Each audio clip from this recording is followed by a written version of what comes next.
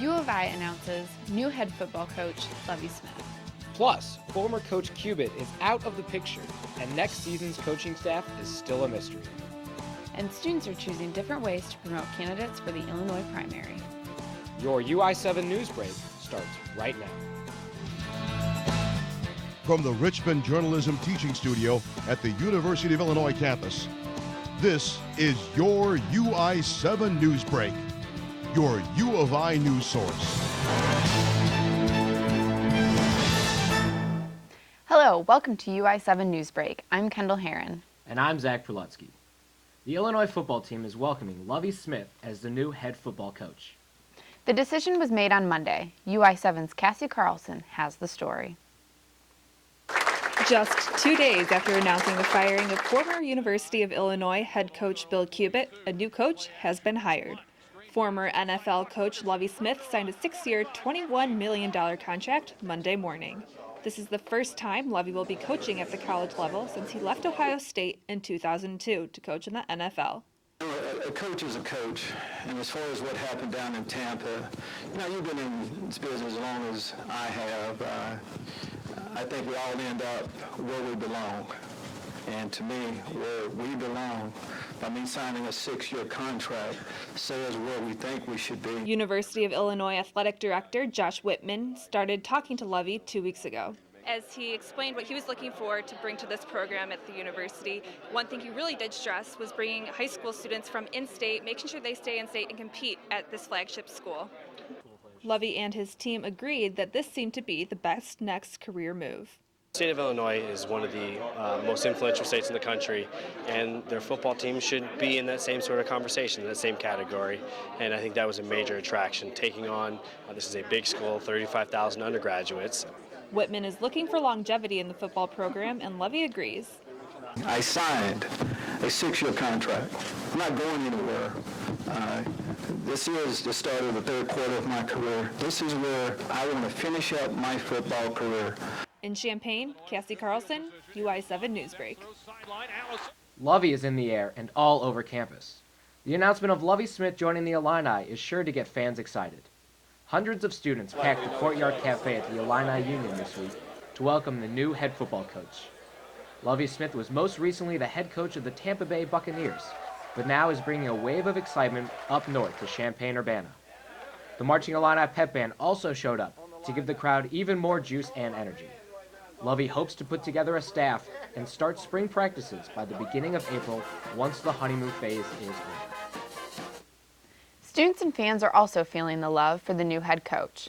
Their encouraging comments are enough to make any Illini fan excited for next season.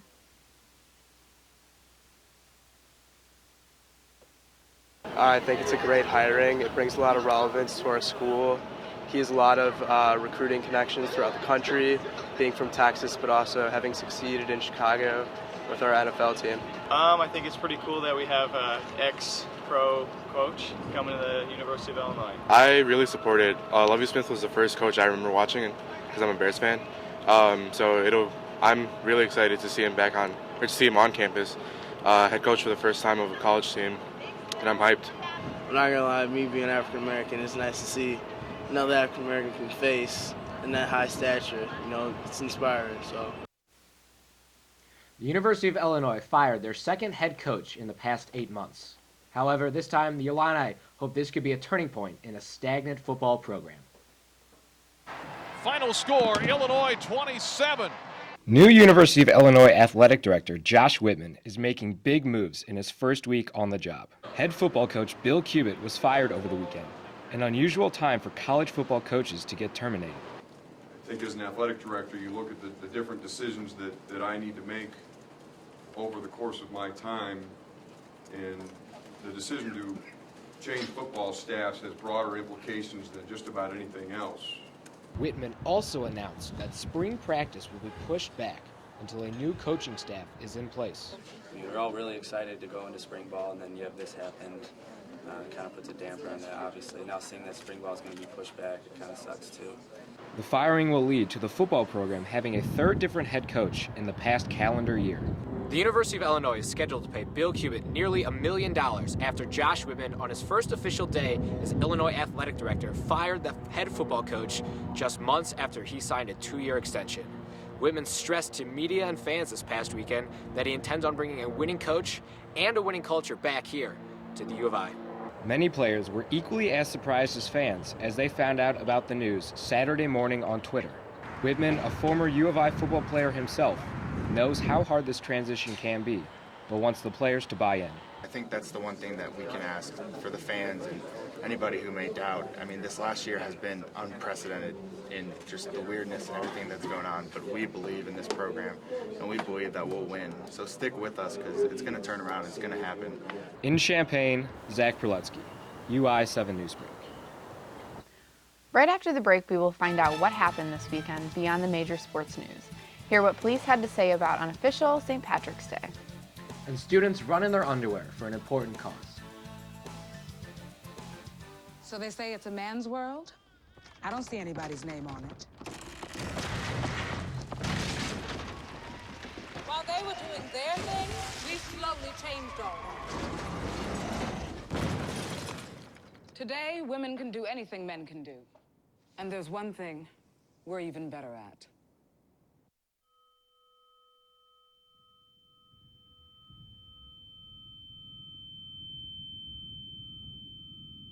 Morning, Gary. We are GetSchooled.com. You want a college education, don't you? You know you do. Yeah, but I don't know where to start. That's why we're here. We're free, handsome, I think breathtaking, and here to guide you through every step of the way, starting with attendance. Gary, financial aid forms. Biology homework, G. I got this. Is that brand?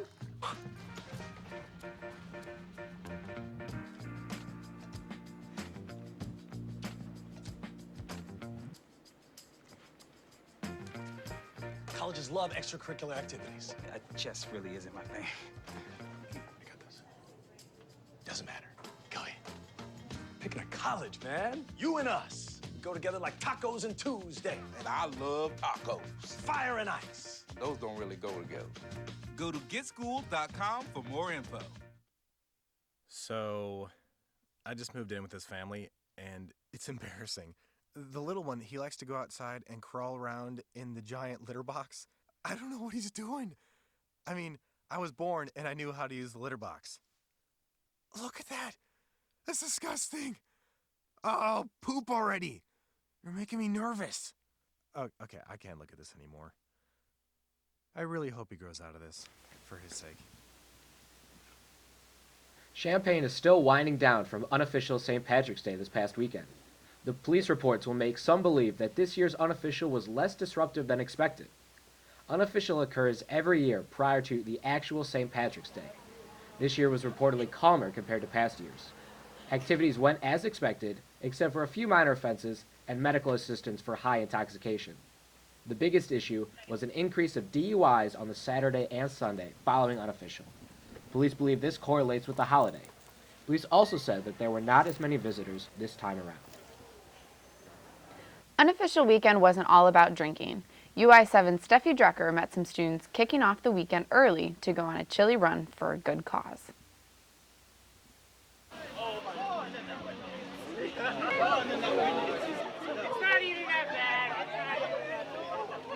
Temperatures were below freezing and felt even colder with a harsh wind on Thursday night. Instead of bundling up, some students stripped down to participate in Illini 4000's Unofficial Underwear Run. Given that the weekend celebrates unofficial St. Patrick's Day, we thought it'd be more festive and easier to see if we filmed some of the action in green night vision.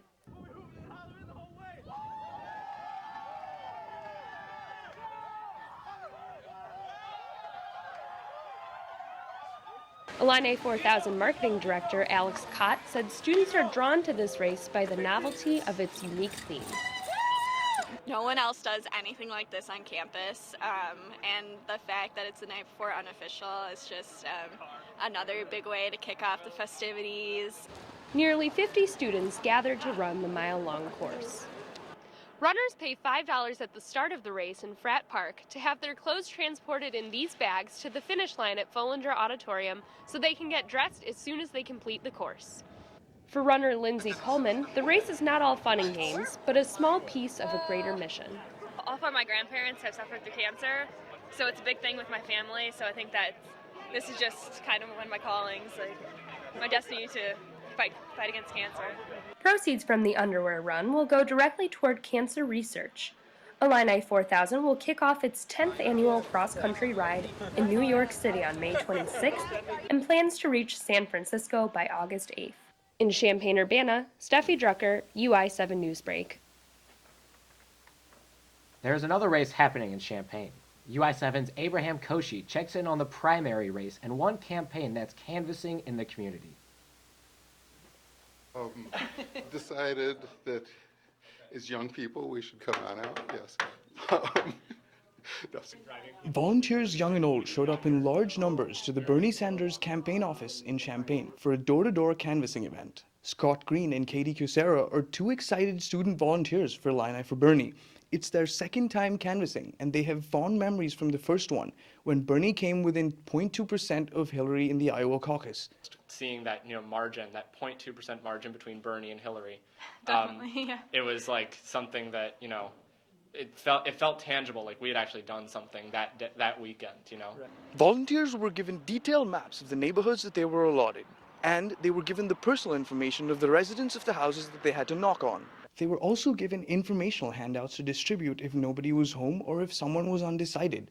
Field organizer Sullivan Peterson Quinn thinks this personal approach will work much better than phone calls or ads. So having local community members going out into their own communities and sharing their concerns and showing their enthusiasm for a candidate has a huge impact.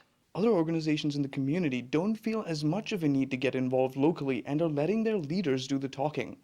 Brandon Kalish, a member of Illini for Trump, feels like canvassing isn't needed for a popular public figure like Trump. I don't think that's necessarily important for Trump to do, especially maybe on a college campus where, people do seem more to support Bernie. I really feel like Trump's message resonates on its own. The other candidates are also beginning to turn their attention towards Illinois. Hillary Clinton debuted campaign ads last week, while Trump is expected to visit Chicago this week. In Urbana, Abraham Koshy, UI7 News. The primary isn't the only thing heating up. The temperatures are getting higher, which also brings severe weather. Joining us now in the studio is UI7's Lauren Hicks. People all over the country need a plan of action to stay safe from the hazardous weather. The Doppler on Wheels travels to give local residents a closer look at how weather is tracked.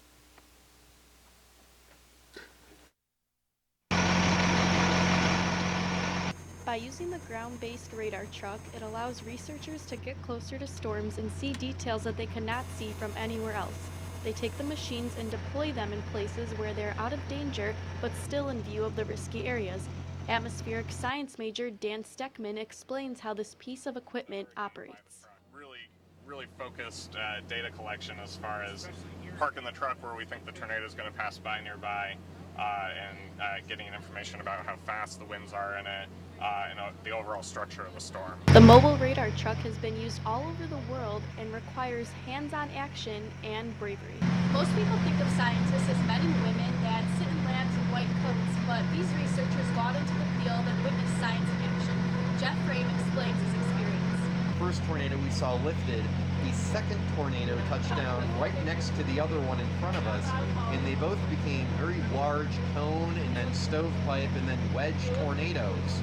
Aside from tracking crazy weather, the department also provided opportunities to learn how to plan accordingly in case of a weather emergency. The team laid out essentials needed to stay protected from severe climate conditions. Assistant Professor Deanna Hens explains how an emergency kit should be made.